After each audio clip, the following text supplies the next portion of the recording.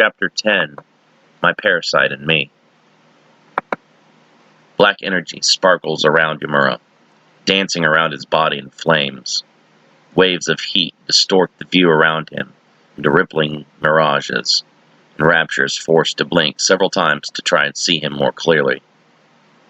He holds his right arm out, channeling his energy into another black flame sword. Breathing heavily, Rapture tenses and prepares for the impending attack. Due to his enlarged size, his body must generate the necessary heat to keep himself at a constant temperature. Even with reptilian qualities, he must still be warm-blooded to maintain that much mass and not be lethargic, Jake observes as Yamura prepares to end the battle. While my elemental disposition is flame, I can perform basic attacks of other aspects. It will not be that strong, but I believe I can cast a basic ice spell. Anything's worth a try at this point. Yamura breaks into a sprint, hopping to the side as Rapture's tail crashes down beside him and creates a deep ravine. Pivoting, Yamura hurls the flaming sword and throws his hands together in a series of quick movements as he visualizes the magical sigils within his mind to call forth the elemental forces. Trishula Mastra! Yamura shouts, sending a wall of ice speeding towards his foe. Rapture swats the sword aside, singeing the scales on his arm only slightly. The ice wall slams directly into him before he can dodge, stumbling him backwards as it shatters. The burnt scales become blue and crack, suffering severe frostbite. He altered my body temperature too quickly. Rapture's cells and heart work furiously to heat him back up to nominal levels. Cells crystallize and shatter, but new ones rush up to replace them, repairing the damaged tissue.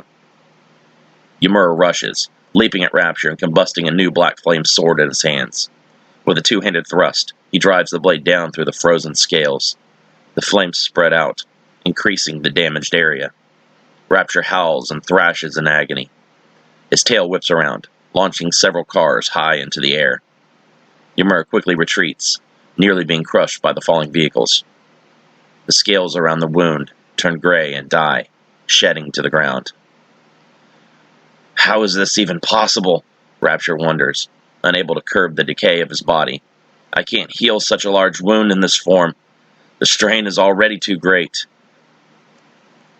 Rapture's body begins to shrink, the second mutated form receding until he returns to his first transformed state. He clutches his chest, directing his freed-up energy into the healing of the dead cells that have spread out as a large patch of gray, bare skin without scales. You're very clever, Rapture growls. You forced my body to shrink, to heal myself. He thinks of hundreds of different ways to murder Yamura. Hatred burns in his yellow eyes. Yamura extends his right hand, combusting a black sword into it. Suddenly, the flames disperse, and he's unable to move. That's enough, Peril says, leaping down from a light pole and landing beside them without a sound. You're too much for him to handle. Rapture turns to yell at his partner, seething. How dare you interfere? I can still kill him. Using only his mind, Peril is able to strike Rapture across the face and send him tumbling across the ground several feet. Immediately, the reptilian mutant charges back at Peril, snarling with a furious rage, with nothing more than the snap of his fingers. Peril causes Rapture's transformation to cease, and the man's eyes to turn white. Shesha drops to his knees before sagging unconscious to the dirt. What the hell just happened? Jake wonders, alarmed. I didn't see anyone attack. Peril returns his attention to Yamura. The Sakari feels the child's cold stare piercing through him. In his eyes, he sees the same look as he has seen in the hundreds of other soldiers he has met on the battlefield. Hardened killers devoid of any emotion. Long before the light inside them burned out, instinct to kill was all that was left as fuel. He is not like any of the others we have met, Yamura says. This one's power is far superior, and I sense within him nothing but an urge to kill. What? You have to be kidding me. He's nothing but a kid. Jake refuses to believe that this youngster can be a part of Khan's elite team of murderers. Feeling an invisible force gripping his arms and legs, Yamura is unable to flee, an option that continuously comes to the forefront of his mind each time he senses the boy's strength. I cannot move. Somehow, he has bound us.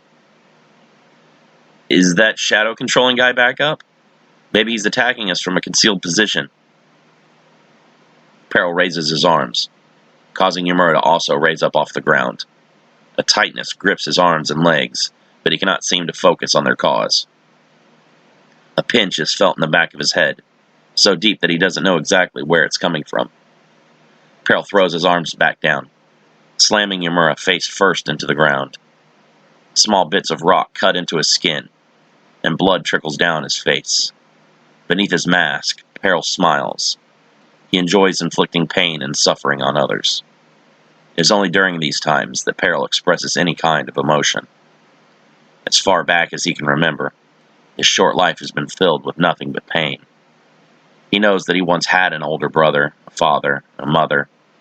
Beyond these faded memories, he cannot recall details of anything before Konko. Were they happy together? Did they love each other? What were their names? The boy cannot recall even his own birth name. My name is Peril, he thinks, lifting Yamura up before bringing him back down again to the ground. Everyone who faces me is in peril. I am their danger. I am their death. Garuda Mastra! Yamura coughs, bringing up in his mind the sigils needed to form the wind-controlling spell, and calling upon its name for power. A gust of wind cushions between him and the ground, and blows him backwards and out of range of Peril's psychic hold. Yamura rolls back over his shoulders into a crouch, glaring at his young opponent. Blood runs down his face and neck in half a dozen different streams. Agnestra! Yamura shouts, holding out a hand and conjuring the spell to summon mystical fire. Flames leap up from his palm. Peril's eyes dilate, and the flames disperse. Yamura jumps to the left, throwing 2 orbs of black energy at the boy. Peril turns his head, and the orbs change direction, parting around him and exploding off to the sides. He has telekinetic powers, Yamura says. He is manipulating the matter around him with his mind. That's not even possible, is it? Jake is still hesitant to believe the boy is their opponent. After all he has seen, he holds out hope in humanity and the innocence of youth. Peril raises his arms, causing 7 cars near Yamura to rise into the air. The Sakari utters a curse under his breath just as Peril converges the vehicles upon him in a cluster of twisted metal carnage. An explosion of black energy erupts from the wreckage, blasting cars in all directions.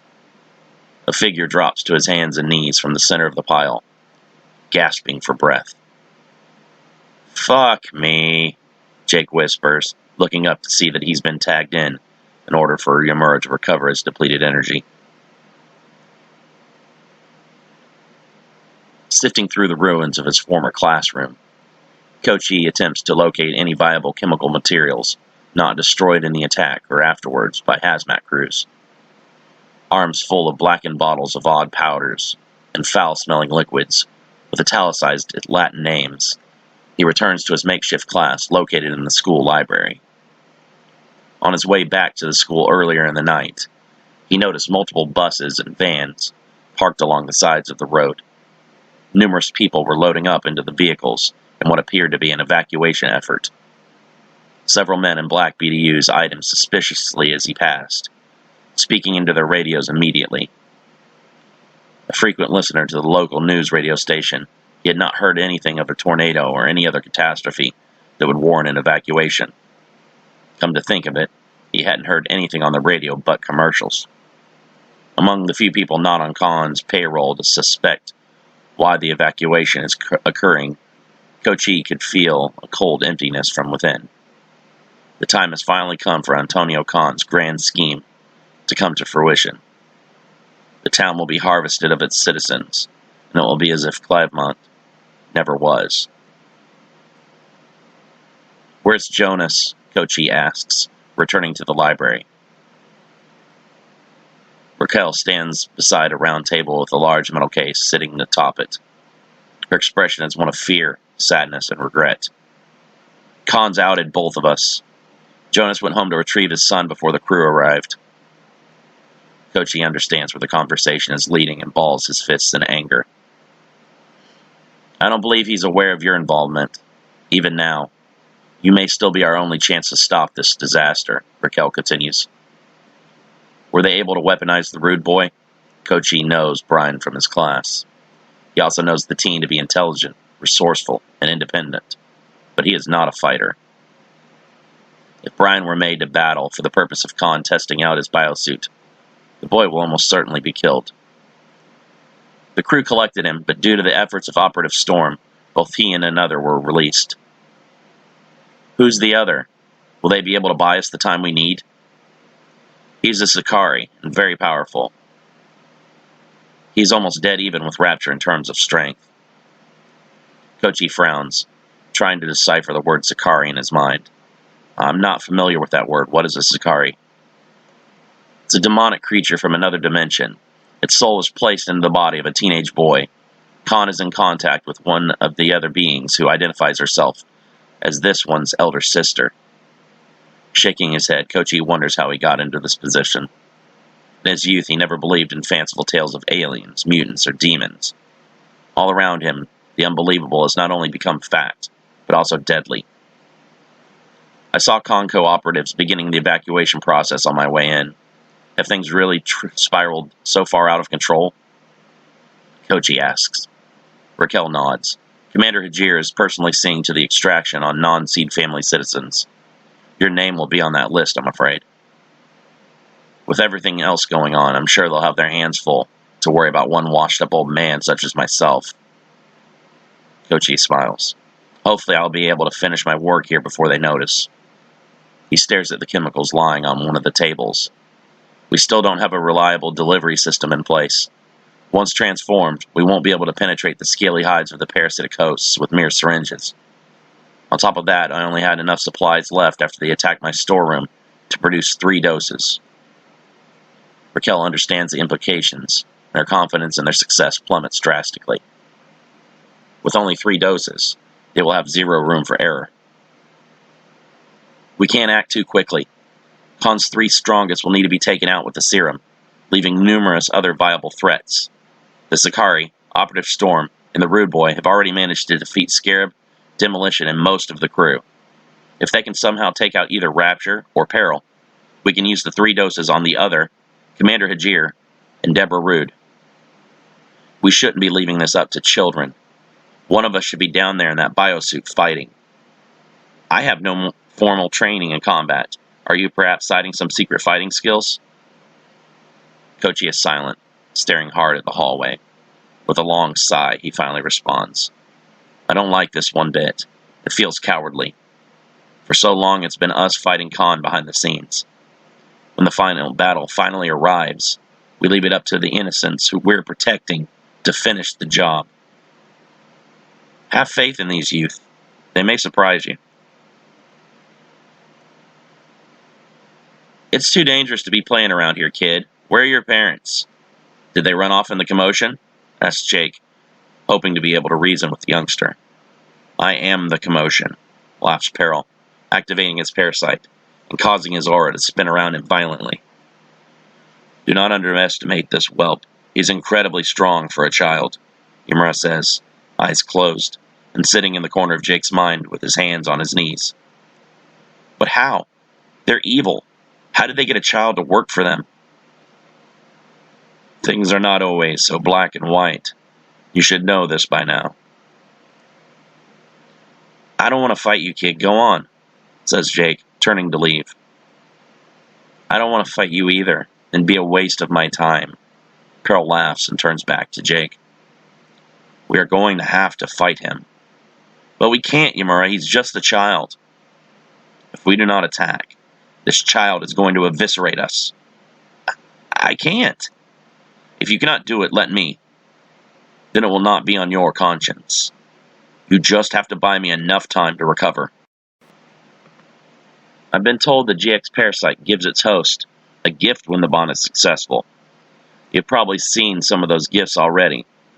Rapture's transformation, Demolition's strength, Raven's shadow binding ability, and me, Well, I've been given enhanced psychic abilities, Peril boasts. We can't kill him. We will do what is necessary to protect this body. My strength is far from recovered. You lack the conviction to keep us alive. Relinquish control back to me if you do not have the stomach for this battle. Jake switches back to Yamura. His hair stands on end and the tips turn black. His muscles enlarge and his fingers become sharpened claws. You've transformed again, says Peril. You don't have a parasite. So what is it that you're tapping into to mutate? He continues, interested in Yamura's ability to switch back and forth, not realizing they're two separate entities, tagging in and out of battle. Peril didn't talk at all when we first met. Now he's talking up a storm. He must become excited, feeling a heated battle approaching. Rapture thinks, having gained consciousness, and watching the two prepare for battle. You make the first move. There's no sport in cutting you down without effort, Yamura says. Peril runs at Yamura and immediately begins to throw lightning-fast punches. Yamura expends much more of his energy trying to stay on the defensive than expected. Peril decks Yamura in the face, knocking him to the ground. You aren't dead yet, are you? Peril asks, taunting the former general. Arrogant little shit. I'll rip his arms off and feast on his bones. Don't overdo it, Yamura. He's still just a kid. Yamura stands back up and his aura flickers out, doubling in size and intensity. For your sake, child, I hope that you're not past the age of accountability, for I'm about to send you on a one-way ticket straight to hell. You think that just because you can change your hair and grow claws, you're something to scare me? The GX Parasite causes much scarier changes than anything I've seen you do. Yamura opens up his right hand, black flames materializing in a ball. Peril smiles confidently as Yamura concentrates his energy into the flames. Soon, the flames encompass Yamura's entire body in blackness. Straight from the deepest pits of my world, breath of the black dragon. Basa Ia! Yamura unleashes all of his energy into a huge wave of black fire at Peril. Peril laughs hysterically as the black flame consumes him. The flames rip through the parking lot, swirling the entire area into thick black smoke. As the flames subside, Yamura sees nothing in front of him except charred ground and pieces of automobiles burned into ash. The boy is finished. He brought this hell on himself. You missed, Peril taunts from behind. Yamura growls in anger and quickly builds his aura up into another black flame. He hurls the attack a second time at Peril, but unknown to him, his attack is fired nowhere near his opponent, and it plows through several of Khan's soldiers who are standing guard across the street. The men scream in agony as their forms fade into the flames. Peril jumps over to Yamura and punches him in the face, sending the Sakari into the side of a truck. Little bastard! Screams Yamura, firing another Basa Ia blast. This time Yamura notices something strange in his head, and faintly sees that Peril is not in front of him, but only a car. Yamura's vision changes to see Peril, and not just the car as the flame hits. Crafty child. I now understand his technique. What? He's telepathic. He controlled our mind to see him in place of other objects. He made us miss by controlling your vision? Yamura stands up, charging up his flame again. This time you will feel the burn, child. Yamura sees Peril directly in front of him, and raises his hand to fire the black flame. Suddenly, he turns around and points his hand at what appears to be a tree. Your mind control has failed you, screams Yamura as his vision clears and the tree becomes Peril. Peril throws his arms out as the flames speed at him. The boy's face becomes a pale white as fear consumes him. I don't want to die. Peril's energy explodes out like an atomic bomb, deflecting the black flame back at Yamura. The boy is even stronger than I thought, thinks Yamura as the flames speed past him. Yamura vanishes in the power of his own attack, without uttering a sound. Peril rests on his hands and knees, sweat dripping off his face, as he tries to catch his breath. Rapture stands back in awe of the entire battle, and its apparent conclusion. Those two are behemoths. The flames fade away, leaving nothing left of Yamura. "I killed him," whispers Peril, smiling. Suddenly, the ground shakes and knocks him to the pavement. The parking lot splits in half as a column of flames erupts from the center. Yamura rises from the flames, surrounded by an aura of black fire. "No. He can't still be alive. You cannot kill me with my own attack. The black flame will not harm its master." Peril throws his hands out, locking Yamura's body in place with his psychic abilities. Rapture sees his chance, leaping into the battle and running at him in a fury. A wall of black flame rises up between them, shielding the Sicarii from attack. "Dambe," Yamura says, calling upon the symbols for a concealing spell to cloak him in a shroud of thick mist. Peril's line of sight is locked to his target, and Yamura's movement is restored. The Sicarii is able to evade just in time as Rapture leaps over the flames. Appearing to Yamura's left as he dodges, Peril reestablishes his mental link and freezes him mid-evasion. Rapture's claws rake across Yamura's chest just deeply enough to draw blood. The mutant pivots with a head-level backhand, but Yamura shoves him off balance with an exertion of his fiery aura. Releasing a wave of psychic energy, Peril slams his attack into the Sicarii and sends him sprawling helplessly into the air. Recovered, Rapture leaps at the stunned warrior and drives 8 claws deep into his chest. Rapture lands atop Yamura, their impact sinking the claws all the way in. Yamura screams in agony, his hair losing its oily sheen. "Hang on, Yamura, don't give up," Jake screams, aware that his body is less resilient when Yamura is not in control. Should he switch now, the wounds will surely leave him dead. A burning pain fills Jake's lungs, and he realizes one of them has been punctured. His breathing becomes labored and excruciating. Yamura is too overwhelmed, Jake thinks with fear. He can't use Seal Acelair to heal, while Rapture still has him pinned down. Peril approaches with the swagger of an overconfident youth. Rapture eyes him with distrust. "I already told you that he is mine to kill. Do not interfere."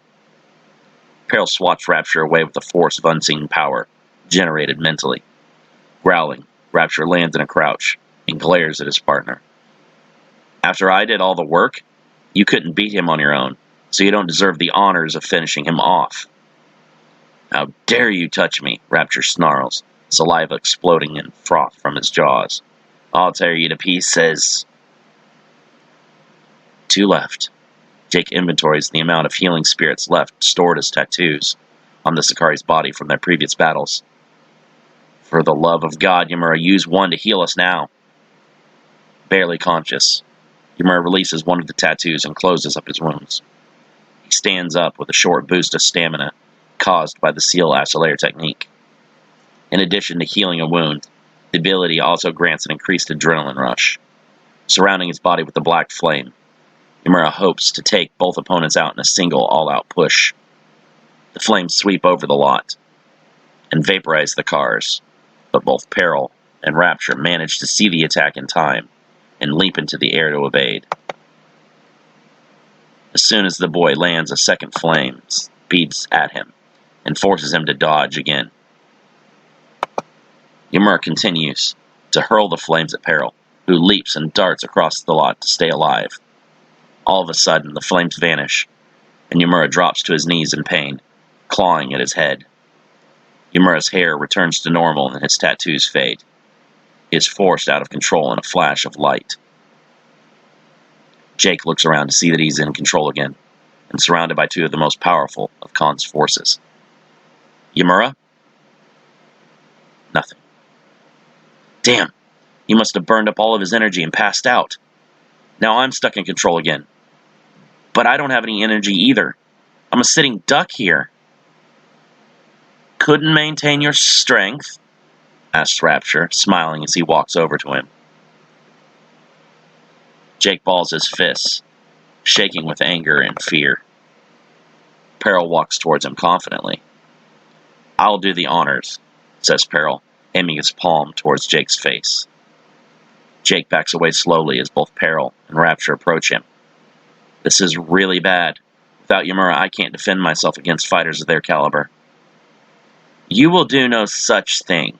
I have waited for this kill for days. He is mine. Rapture hisses, pushing the boy aside. Jake tries to escape during the scuffle, but Peril leaps at him with a flying kick.